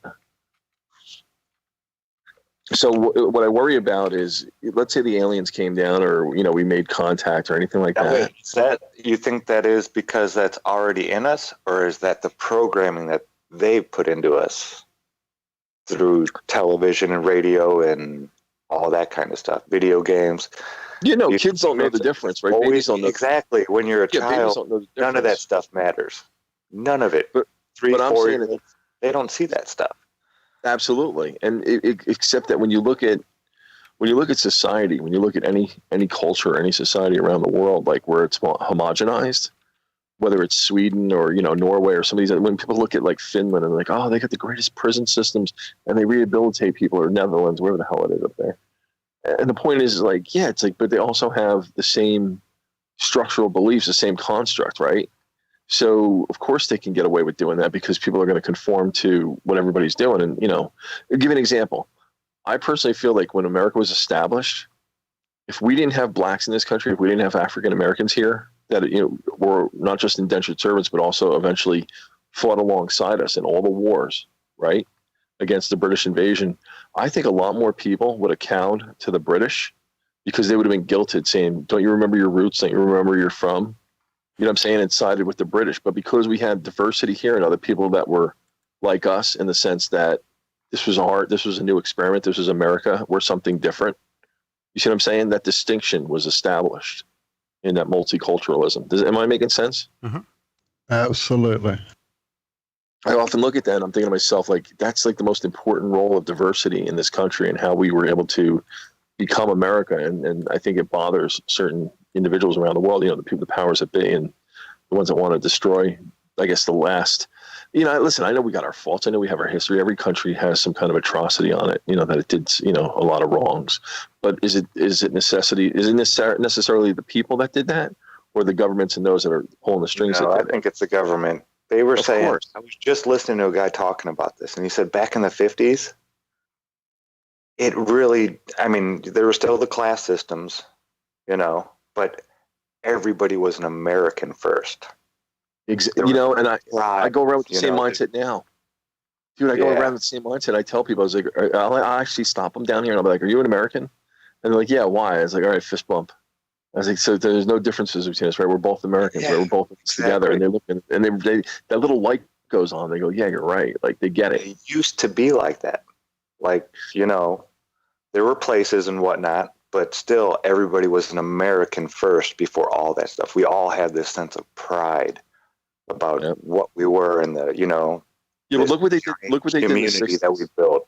Look what they did in the 60s. Exactly. For the white community, really for whites, for the white majority in this country, they brought in the socialism, liberalism, and they flooded us with Eastern philosophy to break up our Western ideals. And listen, blacks and whites, for the most part, I don't know if I brought this up on your show before, but like, we both had the same values in terms of family values, Christian values. That was the most predominant. And the African American community stayed together more as a family unit in the 50s than the white families. There were more divorces. True white people, and when I say true whites, I mean American whites that were here since the start, okay? And true blacks that were here for, again, I'm only a second generation mutt, right? So a lot of these people are here 5, 10, whatever amount of generations from the start. They were the backbone of this country, right? They fought every war. They did everything. They built up this place together. The point I'm trying to make is that was no good for the powers that be because they needed a system of control, right? Now we come out of the World War II. The 50s was like that golden age everybody talks about, Pleasantville. And then in the 60s, what happened? They introduced Planned Parenthood, affirmative action, the welfare system for the blacks, right? And they broke up their families and said, look, it's more advantageous. Separating men and women. Separate you. Right, exactly. And how did they do it in the white communities? They introduced modern feminism, the credit card, the drug culture through, and Eastern philosophy, like through the Beatles and all this other shit, the British made. And that was all psyops. When you start reading about the Beatles, the Grateful Dead and all that shit, that's when people started dropping out, Woodstock and all this other crap. And who did they become after that? Tavistock, baby. Baby boomers and pukes that went, to California and became liberal pukes and forget it. It's like, not all of them. But I'm saying, it's just like it was a total disruption of our entire system. Because if you look from 1958 to like 1972, you're like, it literally looks like an acid trip gone bad. By the time you got to 76, 78, you're looking at like colors like olive drab green, right? Crap brown, yellowed mustard, and obscene orange as your linoleum in the kitchen. And that was our back in the day. 70s, man. What are you talking about? All right, hold that thought. We got about a minute here before this break. We go that fast for a freaking second. We really truly did. We really truly did. Real quick, before we get through this break, shout out to that flat fellow for the super chat. Thank you so much. Appreciate that. Cool. Thanks, Walt. Yeah, Tommy, we're going to get together, and Cammy and I, you know how he does the flat smacking out there at the flea market. You're listening to Truth Freedom Radio. At the very least, this is the Ironworx On Truth Frequency Radio. Stick around for the very last segment of the Ironworx right after these briefest of messages.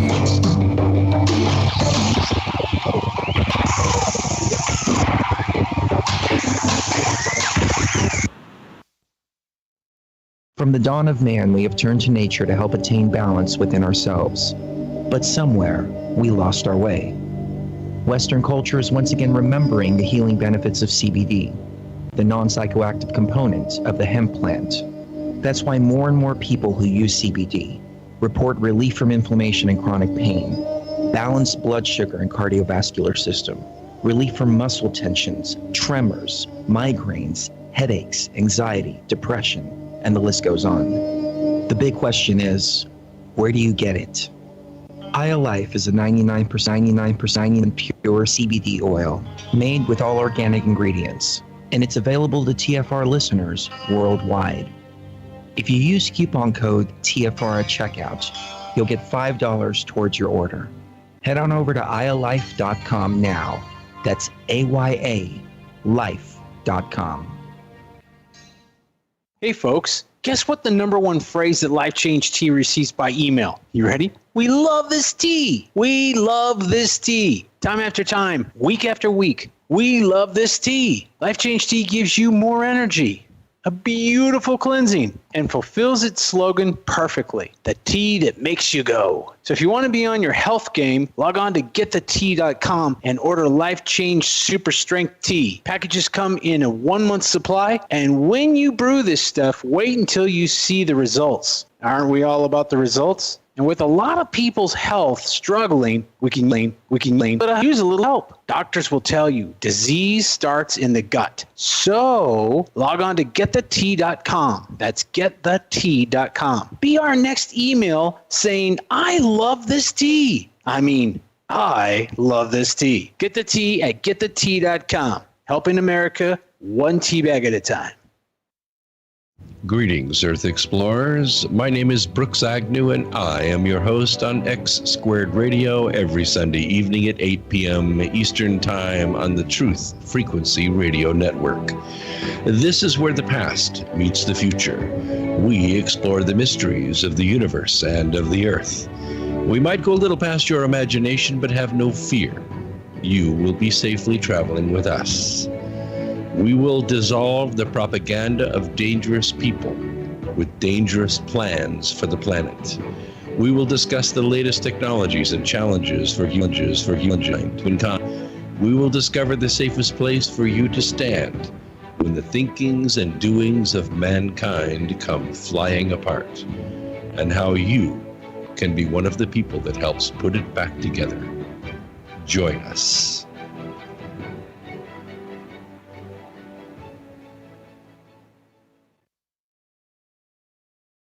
Real people, real radio. Wherever you are, make it TFR. Truth Frequency Radio.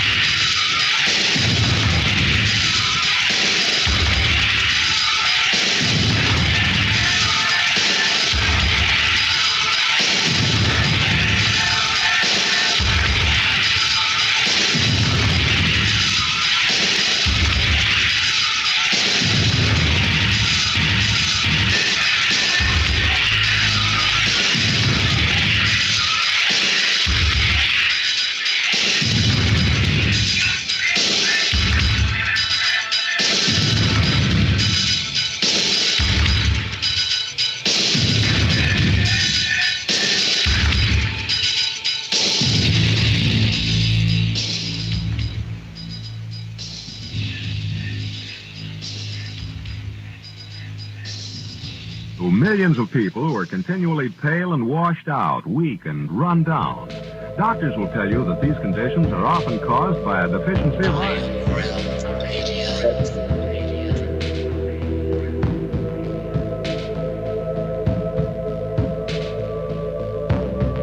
The iron you need to keep you physically fit and mentally alert.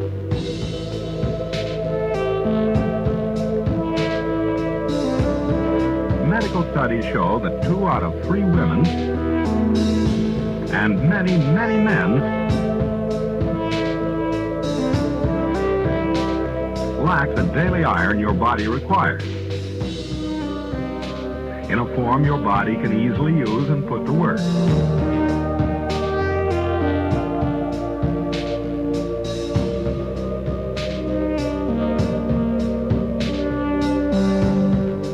Every dose gives you more than your daily minimum iron requirement. We are the way, we are the way, we are not alone.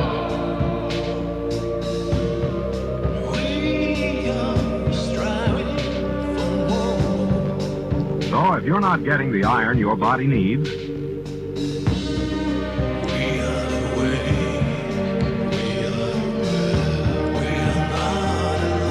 if you feel weak, run down, and are easily upset,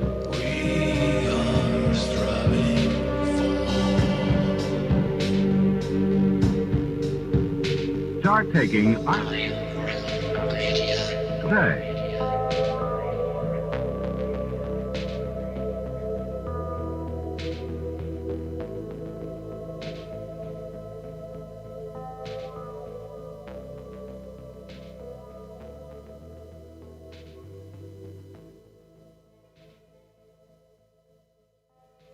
The iron you need to get what you want. And welcome back. 4th and final segment kicking off right now. We're still hanging out. I got to meet Nemo. You got to meet Nemo. No doubt. That voice right there, man. It was so weird because I heard it and I was like, he's like, Zach, I made it. I just looked at him. I was like, who the hell are you? That's awesome, man. Have we met before? And he's like, dude, it's Nemo. And as soon as I was like, oh my God, that voice, that's who it is. Okay. Because I looked at it, I was like, I know that voice. Whose voice is that? Yeah, it was awesome. Really cool guy. Really down to earth. Nice. Shout out to Nemo for sure. And our other missing compatriots here in a while. For sure, Pavlo, damn it, missing Pav a lot. And Daz has been MIA. I know there was some talk about him in chat a bit earlier. So a few others that are now gone in my head because I just got lost in chat again. Damn it. I do believe Brian may be taking a step back for a little while. Has been missing. That was the other one I had. Sorry, you are the forgotten one, Brian. You keep telling me. Definitely sending lots of love Brian's way. Love you, brother. Good morning to Rio. Absolutely. Hey, Rio. Candy has gotten here exactly when she intended to. Absolutely. As always. Thank you. True Serum with some merchandising plans in chat. Let us know. Get with us. We're always open to anything new. Heck yes. You would not believe how many people asked if they could buy a gyroscope.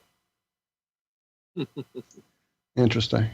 And a Tesla coil and the little spinner things. And I guess because I grew up playing with them so much, like literally every time I would break one, we would go buy a new one because my mom was big into science too. So she let me play any science games I wanted to. Basically, I tore up the kitchen and bathtub with all kind of chemicals, but definitely had numerous gyroscopes. So when it came time to look back on that, with the idea of non-spinning and non-globe and everything, definitely easy to reference. Yeah. So when you said that earlier about the kids coming up and grabbing them and just being blown away, like, oh, wow, this is what you mean. So, yeah, definitely. There was this thing called a whizzer. No, not what you're thinking about.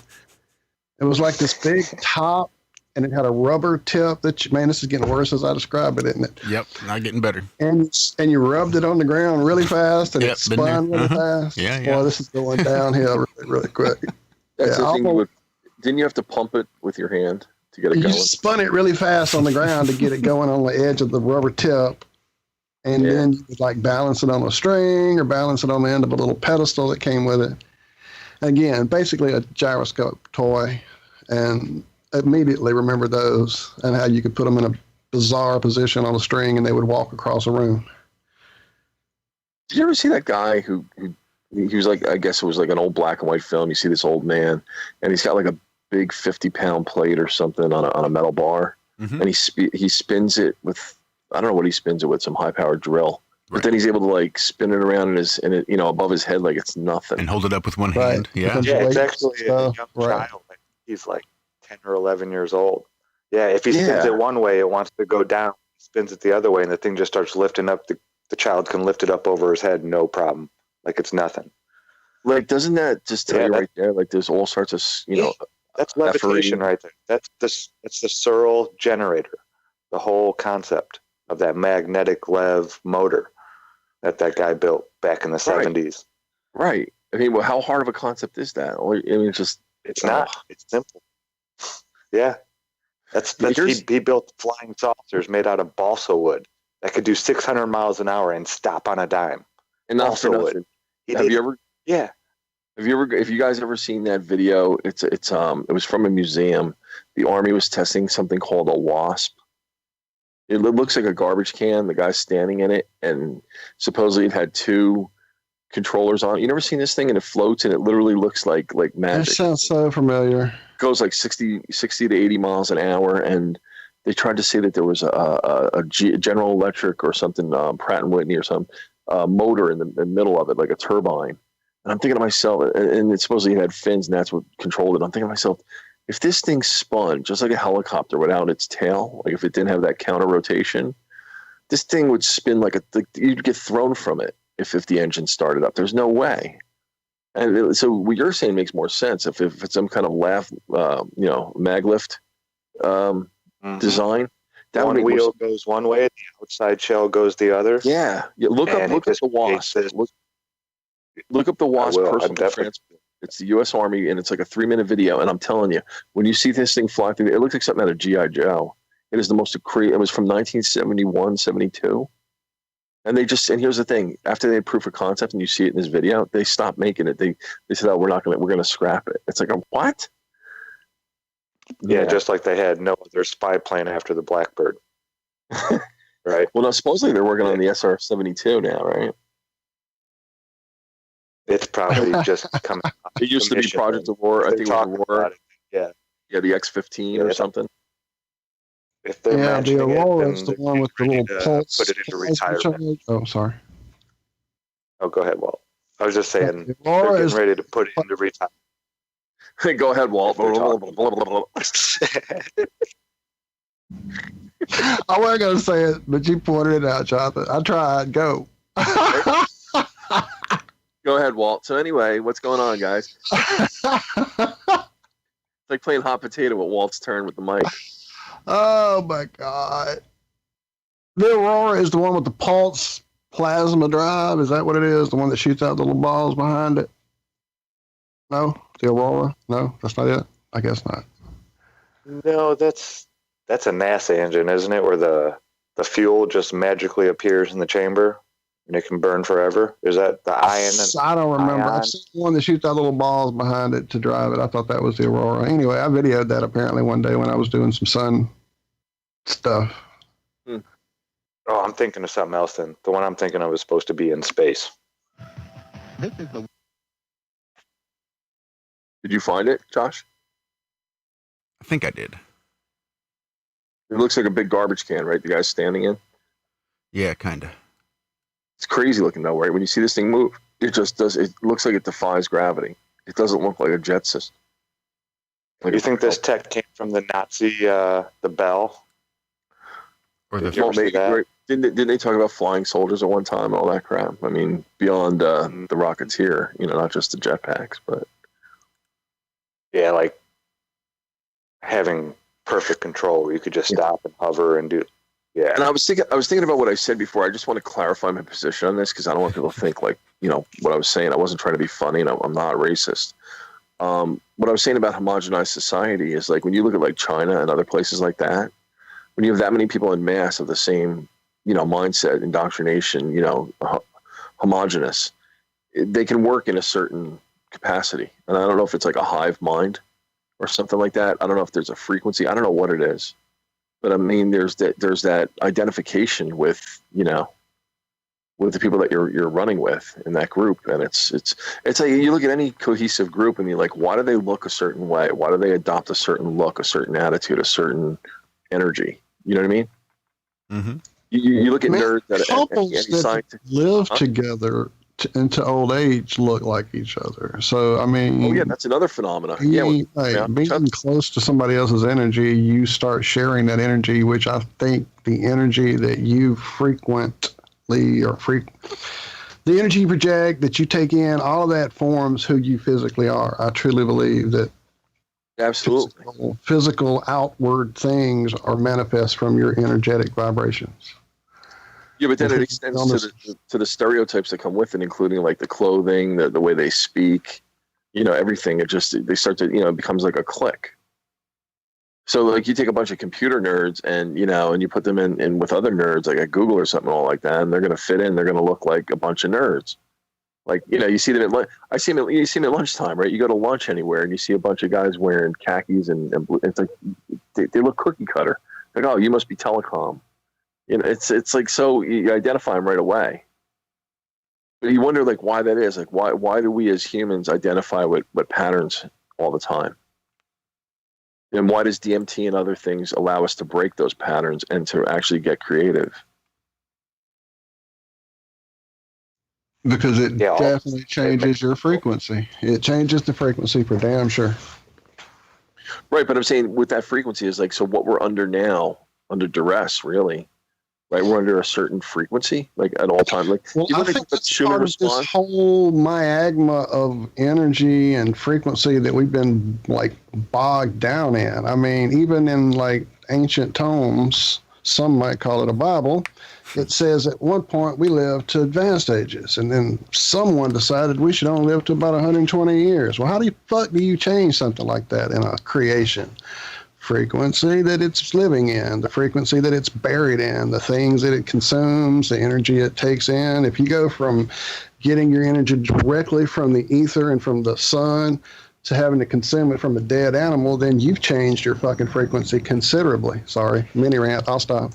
Shout out to Liz for the super chat. Thank you so much, Liz. We do Absolutely, appreciate Liz. It just popped up. Awesome. Love you, Liz. Thank you. Go ahead, but it makes sense because like when people talk about like even like the 440, 432 argument, and supposedly the Nazis changed that.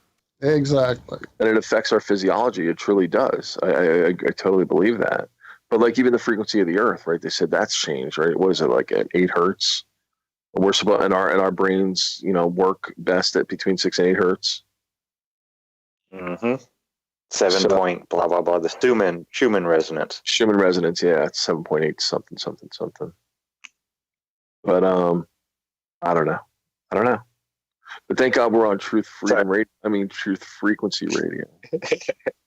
Real quick side note. I got a joke from Jaron.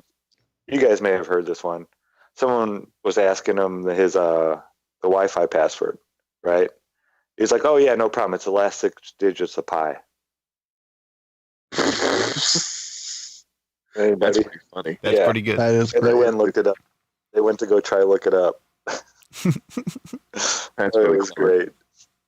Yeah, I was like, I'm stealing that from you, man. Uh-huh. I love that.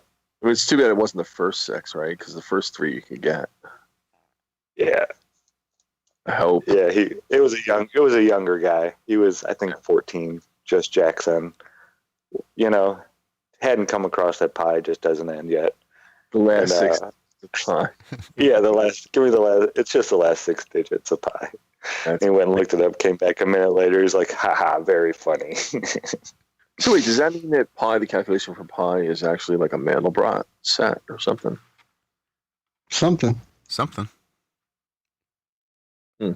Yeah, I'm sure there's computers right now still trying to figure out where it ends, if it ends. Well, I'm sure there's a computer somewhere calculating pi.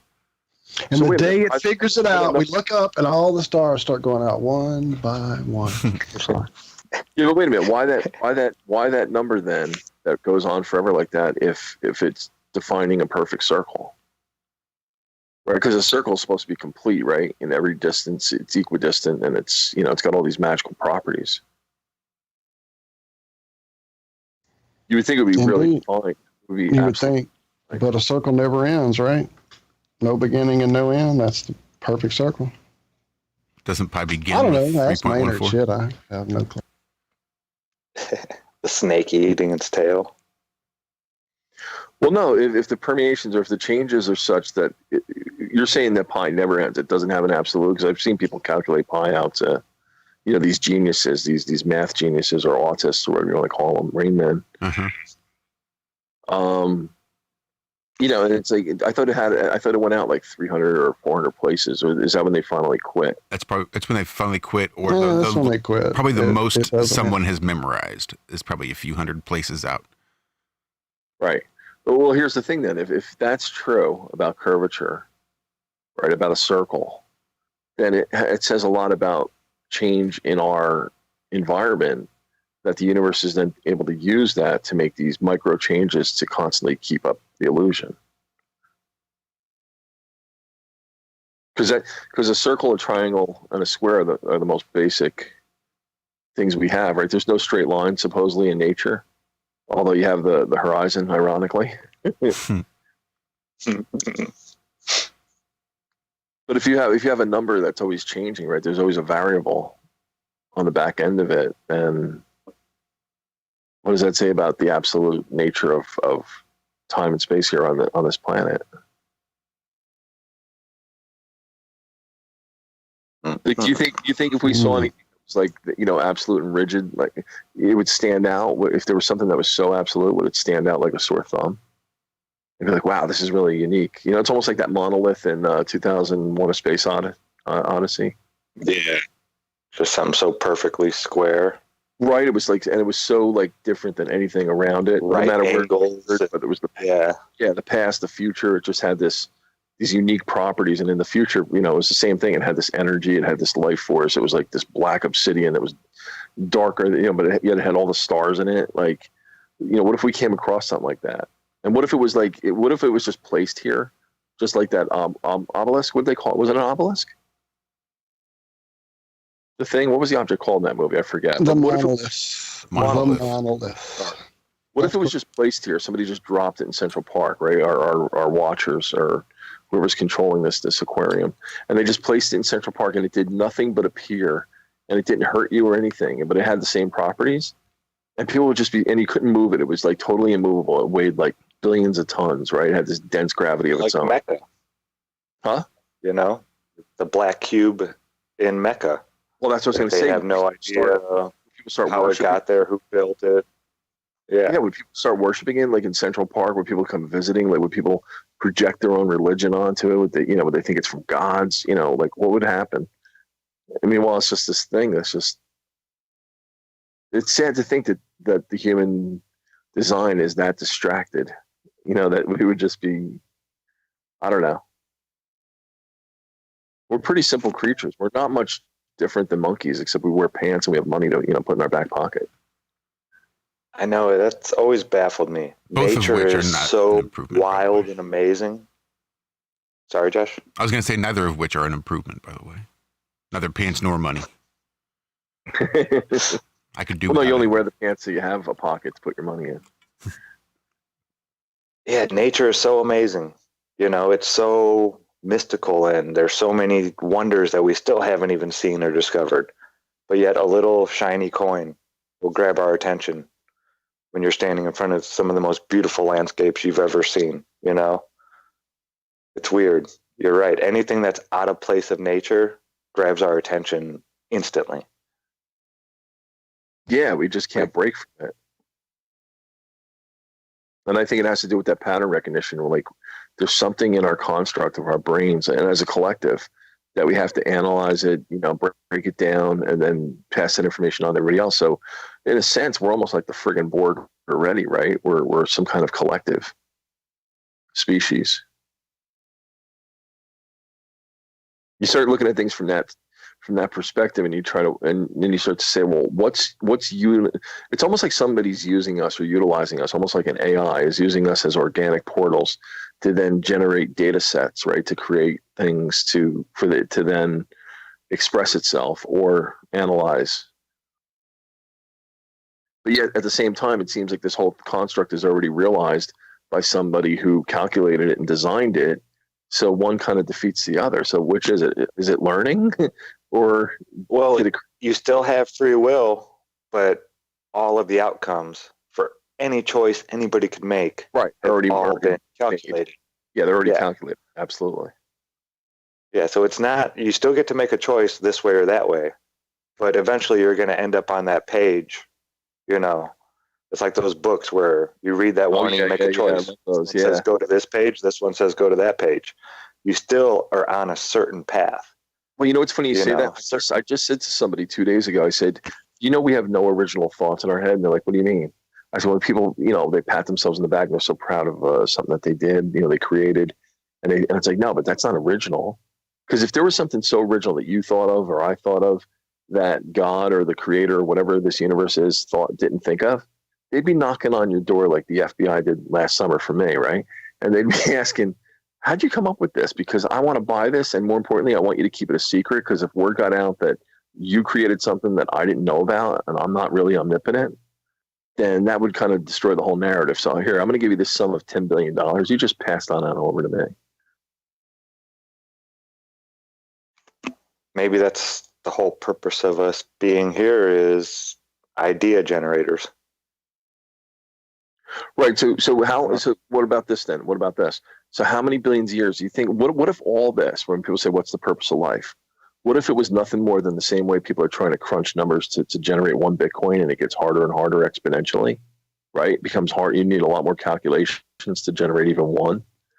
What if this whole universe is computating and crunching all these freaking numbers just to generate one new original idea, even if it takes 1 billion years?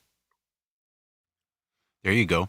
And as we try to figure out quantum computing, get closer and closer to realize that it's more some sort of biological process, and we end up creating some sort of biological computer, which then evolves to realize, oh shit, well really they're just humans. Humans are really just these computers, and they're all interconnected, and that's how they're doing all these magical processes, is they're all processing the same information at the same time and then just downloading it somewhere else and creating the reality. So really we just need to tap into this new biological computer that we realize has been around the whole time and figure out exactly what that base source code is.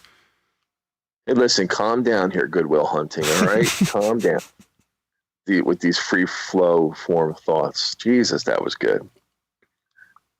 That was a good one. But no, here's the thing, and that was really good. I'm gonna have to go back and listen to that one. But no, even when you think about the sperm and the egg, in all like honesty, like that shit shouldn't even work the way we procreate. That doesn't even make sense. I mean, I thought sea monkeys were fascinating back in the 70s when you'd order them, and it was, you know, it turns out to be like brine shrimp or some bullshit, right? They never look like those people that look like sea monkeys. Remember? Right. No personality whatsoever. But I'm saying the egg and the sperm, all the genetic materials in there, and all of a sudden it starts doing cell division, and then it forms. Like, what? Like, who the hell designed this? Like, that's better than those sponges you put in the water and they turn into dinosaurs. like who the hell thought that up? Little capsules. That's pretty good. Right, or even us talking right now. All four of us are at different locations, and we're talking over a digital medium that's nothing but ones and zeros and light on fiber optics. And yet it translates into sound vibrations, and you can also put up pictures, videos, and everything else. Like, what? Like, who the F? No, I'm sorry. Humans did not create that. Sorry. Those are those NPCs that are working right next to us that came up with that crap. Listen, like I said, I worked in computers and telecom. I understand how it works on paper, what they want me to believe. But in my mind, it's impossible. I don't believe any of this. I think it's all magic and bullshit. Yeah, I agree. It is. It's bullshit. Well, that's about it, folks. We are, a minute out? That's it. We are getting right there. Don't end on that note. You guys better say something positive. Don't end it with magic and bullshit.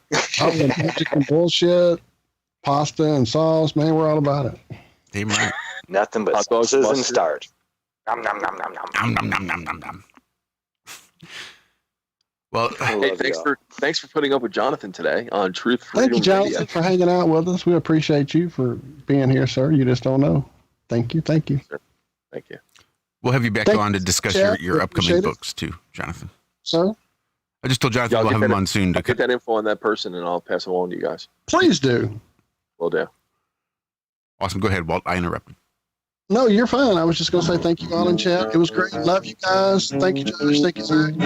Thank you, Walt. Thank you, Zach. Thanks, everybody, for the super chats. We appreciate it. I hope you guys have a great rest of your morning, great rest of your week, and we will see you right back here on Friday morning for another exciting episode of the Ironworx, right here on Truth Frequency Radio. TruthFrequencyRadio.com, TFRLive.com. Love you guys. Be good. Be well. Bye-bye.